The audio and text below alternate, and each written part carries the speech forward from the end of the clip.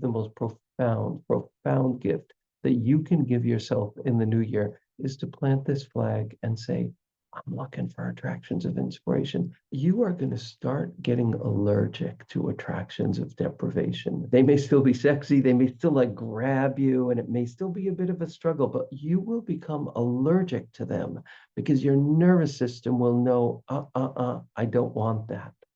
When you make it your goal to look for attractions of inspiration, little by little, you are going to become more sexually and romantically attracted to those people with whom you have the hope of real happiness in your future. Is this an attraction of deprivation? Is this an attraction of inspiration? Am I enacting old patterns? Should I go because even though it feels like an attraction of inspiration, I'm not attracted? Or should I stay a little bit longer because you are going to make a pledge that is going to change your life and change your future and bring you so much more happiness and protect you from so much more pain?